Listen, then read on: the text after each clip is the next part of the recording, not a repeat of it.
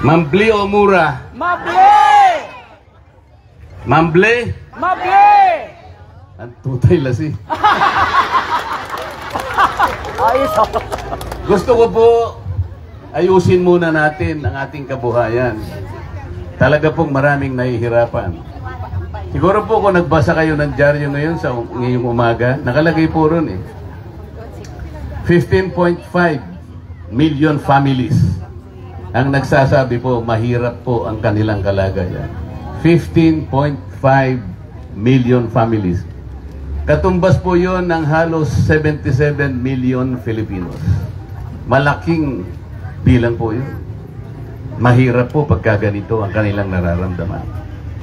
27% po ang nagsabi din na nakakaramdam po sila ng gutom. Gaano kahirap po sa isang pamilya nakita yung anak na gusto niyang kumain pero hindi siya makakain dahil wala nga pong makakain. Wala pong isang ama o ina ng tahanan na papayagan niyang mangyari sa kanyang anak. Mahirap po yun. 27%. Sa bilang po natin ngayon, halos 119 million Filipinos. Masyado pong mataas yung 27%. Nang totoo niyan, kahit 5% lang po palagay ko hindi natin matatanggap yung ganun kalaking bilang ng nakakaramdam ng gutom. Kaya lang, hindi po yun ang kanilang inuuna. Ang inuuna po nila, tanggalin ang Vice President.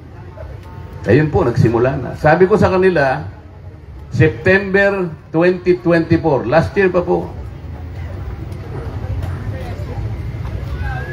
Kapag iniimbestiga ninyo kako ang opisina ng Vice President, hindi ako naniniwala na ginagawa nyo ito in aid of legislation. Sa Kongreso po kasi, kapag kayo'y nagpatawag ng isang pagdinig o kaya investigasyon, palagi pong in aid of legislation. Ang ibig po sabihin nun, kailangan nating tumawag ng mga ibang taong tutulong sa atin para kumpletuhin natin yung batas na nakabalangkas. Marami po kasing pagkakataon na maring nagdududa siya kung ang epekto ng batas na ito ay bukod sa imbes na makakaganda, baka yung kabaligtaran po mangyari. Kaya para makasiguro po, tumatawag kami ng mga taong technical, yung mga nalalaman po sa iba't ibang sektor ng ating lipunan.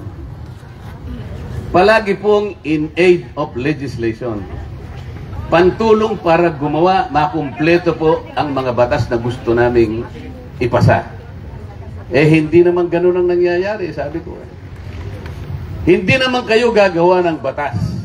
Ang nakikita kong gagawin ninyo, you will impeach the Vice President. September pa po ito, 2024. Nakikipag-away na ako sa kanila.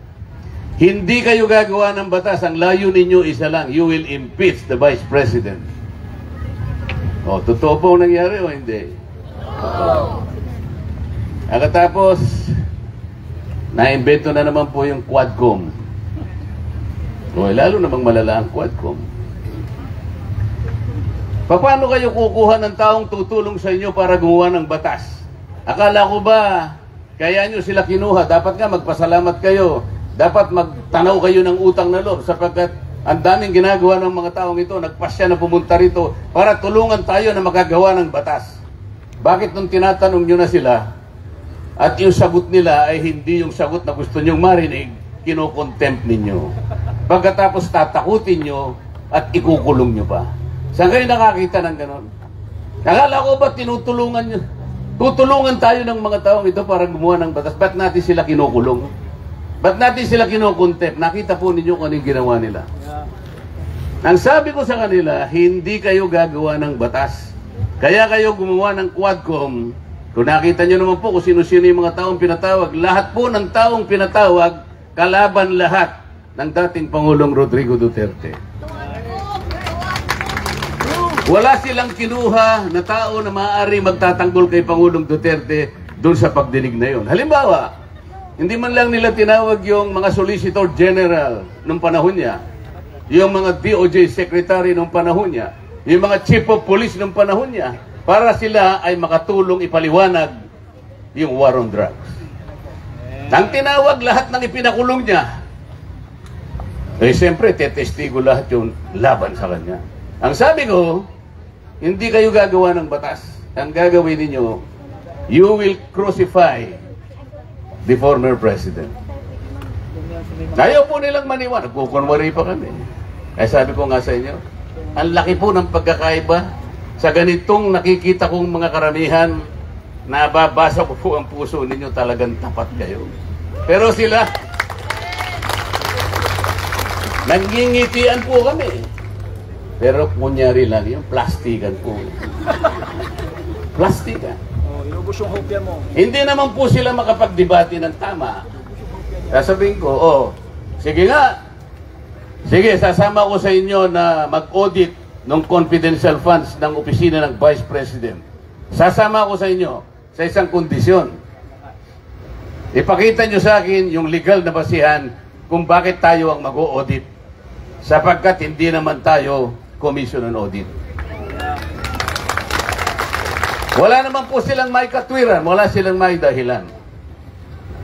Tapos tinanong ko po yung COA, Mr. COA representative, sino pa ba ang opisina bukod sa inyo ang dapat na mag-audit ng pera na ginasta ng bawat ahensya ng gobyerno? Sino ba? Kami po. Meron pa ba bukod sa inyo? Wala na po. Bakit ninyo binigay yung mga papeles? Bakit nyo binigay yung mga reports na nire-review ninyo, binigay ninyo sa House of Representatives? Ibig sabihin, yung puntong kulin nyo, yung mandato ninyo, isinurrender ninyo. Nagkakasala kayo. Ano po ang sagot nila? Pasensya na po kayo, Your Honor. Paano po sinagpi na po kami ng mga kasama ninyo? Sinagpi na lang kayo? Sinurrender nyo na yung papel? Hindi ba kayo kumibo? Bakit hindi kayo sumagot? Ba't di nyo sabihin, Mr. Speaker, ano ang pangalan ng speaker namin? Tambaloslos! Yun. Bakit hindi nyo sinabi na, Mr. Speaker, teka muna. Baka magkamali kami rito. Sapagkat sangayon sa ating saligang batas, kami lang ang mag-audit, hindi kayo. Kailangan muna namin pagtalunan dito sa aming komisyon ito. Kung kinakailangan humingi kami ng payo sa korte, baka makarating tayo ng Korte Suprema, hindi nyo basta-basta makukuha. Sapagkat kami lang ang mayroong tungkulin ito. Bakit hindi nyo ginawa? Wala po sumasagot. Mali po talaga. Kanya-kanya pong gawain. Sabi ko sa mga kasama ko, ito ang mga doktrina, ito yung mga desisyon ng Korte Suprema. Kung ang pinag-uusapan na yung pag-iimbestiga in aid of legislation. Ito, bibigyan ko kayo. Sa inyong gawain na pag-iimbestiga in aid of legislation, kapag nakakita na kayo ng inakala nyong paglabag, ibigay na po nyo sa piskalya yun, hindi na po kayong gagawa nun. Dahil hindi kayo piskal, lalong-lalo na hindi kayo korte. Ayaw po nilang makinig. So, ang ginagawa po nila palagi, pag ako ang nakikipagdebate sa kanila, para mapigilan lang ako, para huminto ako, inaaway po ako ng aking mga kasama. Tatlo po yun. Tatlong mga inutil.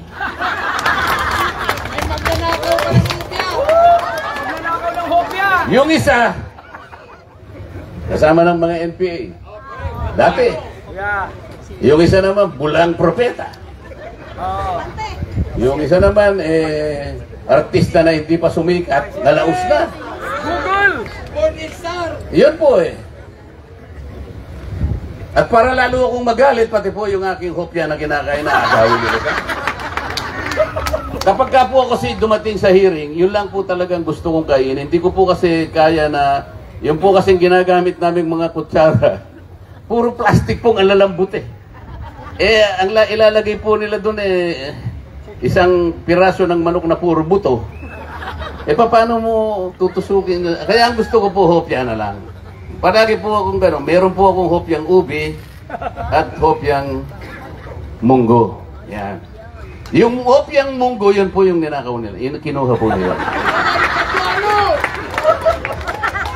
Hanapin ang hopya. Ngayon po,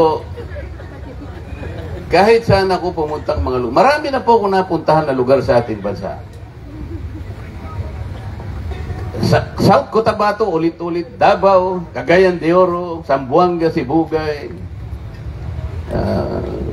Sarangani, lahat po. Sa Eastern Seaboard, Catanduanes, Albay, Camarines Sur, Camarines Norte, Quezon Province, Aurora, Cagayan, Benguet, Baguio, La Union, Ilocos Sur. Babalikan ko na naman po yung Ilocos Sur sa isang araw. Puerto Princesa, Siquijor, Ormoc, Cebu, Negros Island, hanggang dito po sa Luzon, Laguna, Batangas, Pangasinan.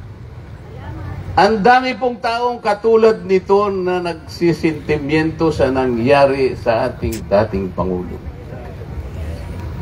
Tayo po ay isang bansa na kung saan ang ating justice system ay umiiral po. Wala pong makakapagsabi ng ating mga hukuman ngayon magmula sa pinakamababa, yung MTC, hanggang sa kataas-taasang hukuman ng Korte Suprema. Walang makakapagsabi na sarado po ang mga hukuman sa ating bansa. Hindi po. Umiiral, umaandar, gumagana lahat. Ang mga piskalya natin, ganun din. Kung meron pong nagkasala na Pilipino, kahit naging Pangulo pa siya ng bansa, ipagsakdal natin, idemanda natin, usigin natin, litisin natin, hatulan natin base sa ebidensyang nakalap natin. Ngunit, gamitin po natin ang batas ng ating bansa. Hindi po pwede bigla po nilang binukot ang dating Pangulo, dinala po sa kabilang panig ng daigdig. Malayong malayo. Ngayon po, nag-iisa siya ngayon. Hindi po natin alam kung ano ang kanyang kalagayan. Ang alam ko lamang po hanggang ngayon, nagsasakripisyo yung dating Pangulo.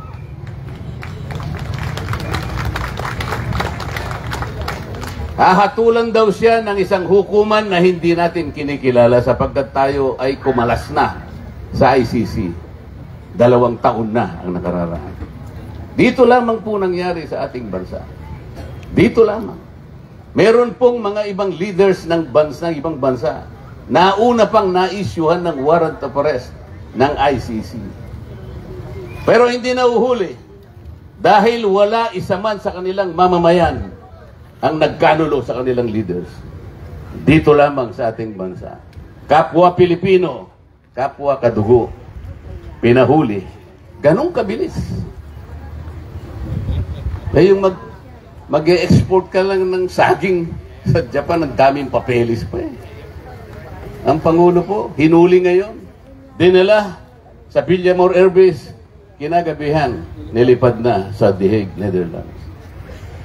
Kailangan pong maiuwi natin ang Pangulo ng Republika dito sa ating bansa. Dito natin sa litisi. Ang kasalanan lamang po ng dating Pangulo, sa aking palagay po, sobrang niyang minahal ng kanyang bansa. Nakita po niya yung panganib ng droga. Alam niya kung anong epekto ng droga. Alam niya kung anong mangyayari sa kanyang bansa. Mawawasak ang lipunan. Mawawasak ang bansa. Masisira ang pamilya. Alam niya po yun. Kaya niya ginawa yun. Sa aking palagay, ang kanyang ginawa is a legitimate enforcement operation. Bakit yung kanyang mga kalaban huhusgahan yung kanyang programa base sa dami raw ng namatay? Bakit di mo husgahan yung kanyang ginawa sa milyon-milyong tao na nakinabang? Dahil ang kampanya ng droga ay nakagawa ng mabuti sa maraming mamamayan. Bakit hindi yun ang gawin mong pamantayan?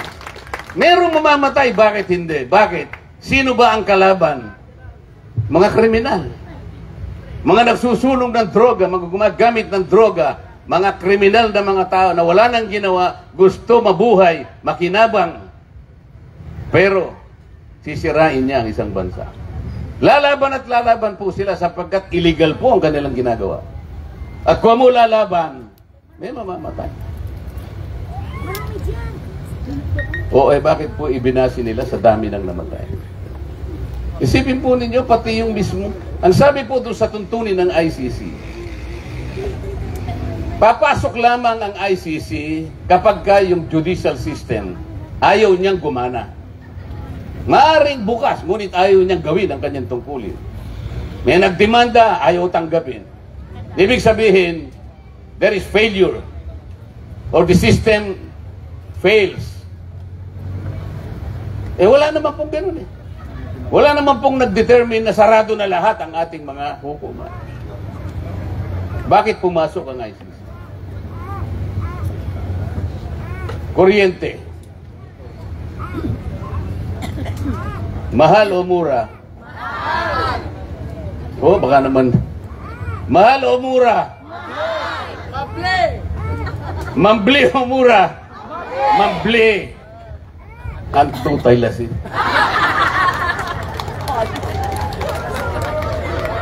Mahirap ang buhay, mataas ang kuryente. Ano po ba ang kauna-unahang nakalagay na layunin sa batas ng kuryente na ginawa ng Kongreso 24 years ago? Baka hindi po nyo alam. 2001, nagawa po yung batas ng kuryente kung tawagin ay EPIRA. Ang layunin po noon, ang pinakaunang layunin, ibigay mo ang serbisyo ng kuryente sa mamamayang Pilipino sa murang halaga. Mura, hindi mambli. Kung nakasulat doon, mambli, okay, hindi ako magre-reklamo. Hindi. Murang halaga, abot, kayang halaga. Hindi abot langit.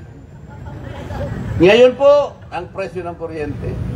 Tayo ng pinakamataas sa buong Asya. Buong Asya.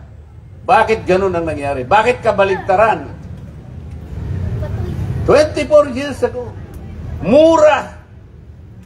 Ngayon, napakamahal. Mambli.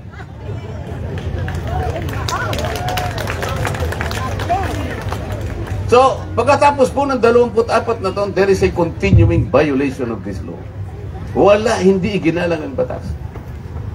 Sabi ko nga, ganito na lang gawin. Kasi nga, puro ayuda. Ano po yung mga naimbentong ayuda? Dati po, 4 piece lang eh. Nakaimbento ng MAIP, ito po yung pampagamot. Tapos, tupad. Pagkatas AX. Pagkatas yung pinakabagong invention, AKAP. Ito pong 5 na ayuda na ito na pinamimigay sa ilang bahagi ng ating mga mamamayan. Kaya ko po sinabing, kasi po hindi lahat nabibigyan eh. Ang total amount po ng 5 ayuda, 194 billion pesos.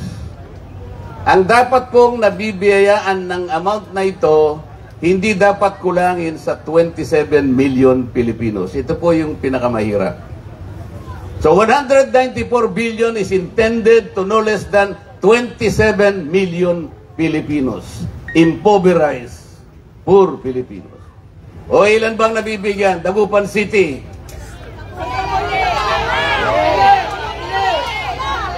Pinipili nila eh, di ba? O, piling-pili lang. Alam po ninyo sa tansya ko, wala pang 10% ang nabibigyan. Okay. So kung ang dapat na mabiyayaan ay 27 million Filipinos, yung mahihirap, o palagay mo ng 10%, o edi 2.7 million lang. Paano po yung napakarami?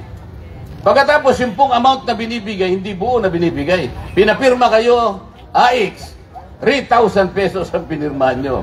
Katapos-tapusan ang binigay sa iyo, 1,000 pesos. 500 pesos.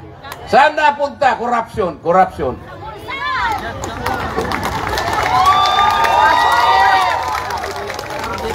Ano ang gagawin natin? Madali po solusyonan yan eh.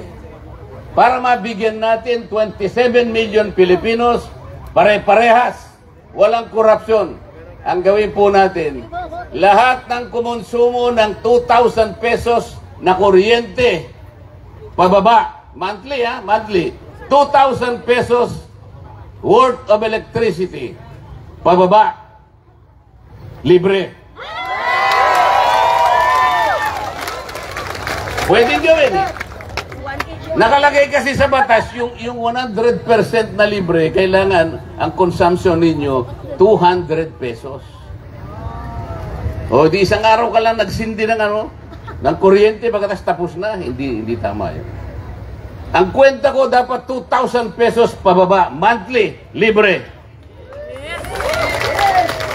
Walang korupsyon. Bakit? Diretso sa inyo eh.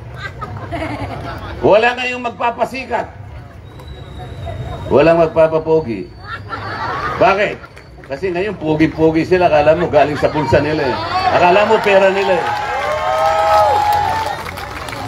Hindi nila pera yun. Pera po ninyo yun. Tandaan nyo, pera nyo yun. Kung sakaling binibigyan na, kunin na rin ninyo. Pwede pang pa rin yun kahit konti. Kunin nyo, pero kayo magpapasalamat. Ang iboto pa rin ninyo, yung inaakala ninyo, na silang tapat na maglilingkod sa inyo. Ang karamihan, kung hindi man lahat, nandito po lahat.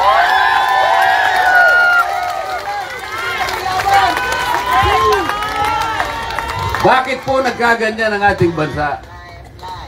Bakit po nagkaganyan ang ating bansa? Eh kayo naman kasi, puro artista ang gusto niyo. Dito lapid. Ano po bang gagawin ng isang senador?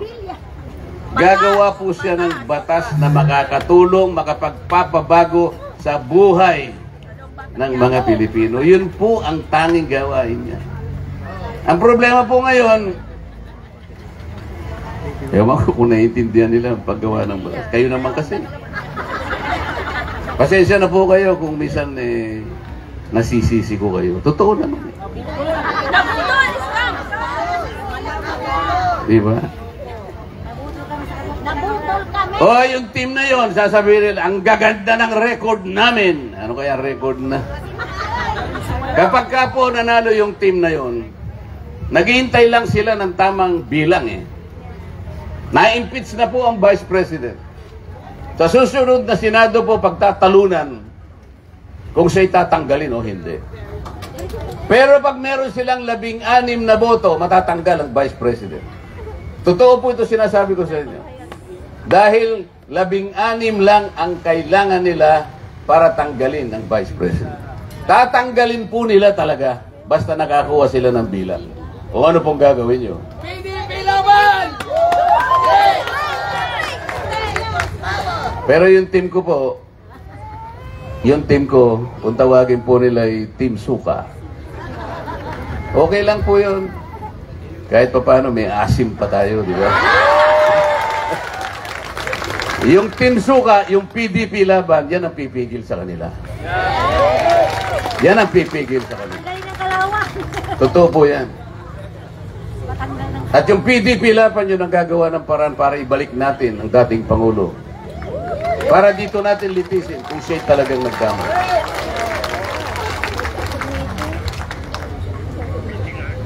Pero kailangan po, halos nakikinikinita ko na parang gusto niyo akong iboto eh. Tama po ba ako? Wala nang kontrata. Salitaan na lang. Tatanggapin ko yun. Tatanggapin ko yun. Kasi po, alam niyo, sa ngayon, napatunayan ko, sa maraming pagkakataon po, mas maganda palang barkada yung mga sabungero. Alam niyo po kung bakit. Totoo po, marami akong kabarkada ng sabungero. Hindi po ako nagpo-promote ng sabong, ano po. Kasi hindi po ako sabungero, hindi ako marunong magsabong. Baka matiwalag pa po. Bakit ko po kinukwento sa inyo na kung minsan mas maganda na meron kang barkadang sabungero? Ang barkada, halimbawa, kilala po rin yung Governor Luis Chavez Singson, barkada ko po yan, sabungero. Yung asawa po ni dating Senador Miriam Defensor Santiago, sabungero, barkada po yan. Yung gobernador po ng Rizal, Ito Inares, sabungero. Pero isang salita. Yun po yung magandang ugali ng sabungero. Yun ang natatanging ugali ng isang tao. Sabungero pala yun. Pero dapat yun din ang taglayin ng isang tao na gustong maglingkod sa kanyang bansa. Isang salita. Katulad po ng mga kasama ko ngayon din. Hindi yung sasabihin gagawin nating 20 pesos ang isang kilo ng bigas. Nangyari? Hindi, sinabi niya gagawin nating 20 piso ang isang kilo ng bigas. Nangyari? Mamati kayo? Hindi! Saan? Sabi pa, magtatayo tayo ng maraming pabahay, 1,000,000 housing units per year. Sabi nila, 6 million kasi 6 na taon po yung termino. O yung nakatatlong taon na eh. Nasaan po yung housing units? Wala! Nasaan po? Nga! Napanan na! Napalan! Napalan! Oh, sabi po nila nakapaglatag sila ng more than 5,000 flood control projects. Ginastahan ng 350 to 400 billion pesos. Bumaha ang Metro Manila, bumaha ang Laguna, bumaha ang Batangas. Sa unang pagkakataon, bumaha ang buong Bicol region. Nandun po yung marami na flood control. Nasaan po? Ang Dagupan.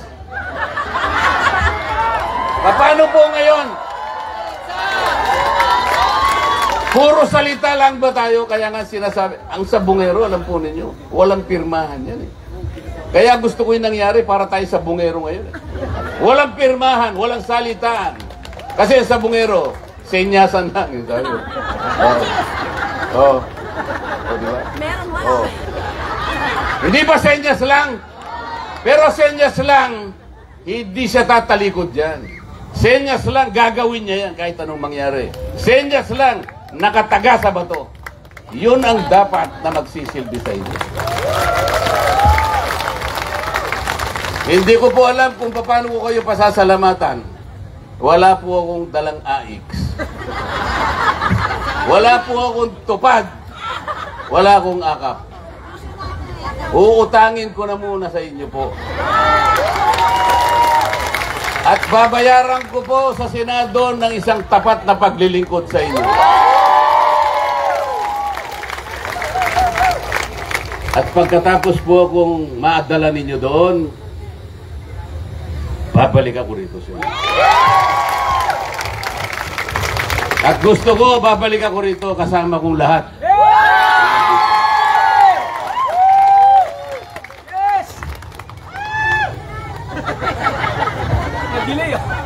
Babalik po ako bilang isang ganap na senador ng ating bansa. Maraming salamat po sa inyong lahat. Hindi ko po kayo makakalimutan. Salamat po. Marcoleta!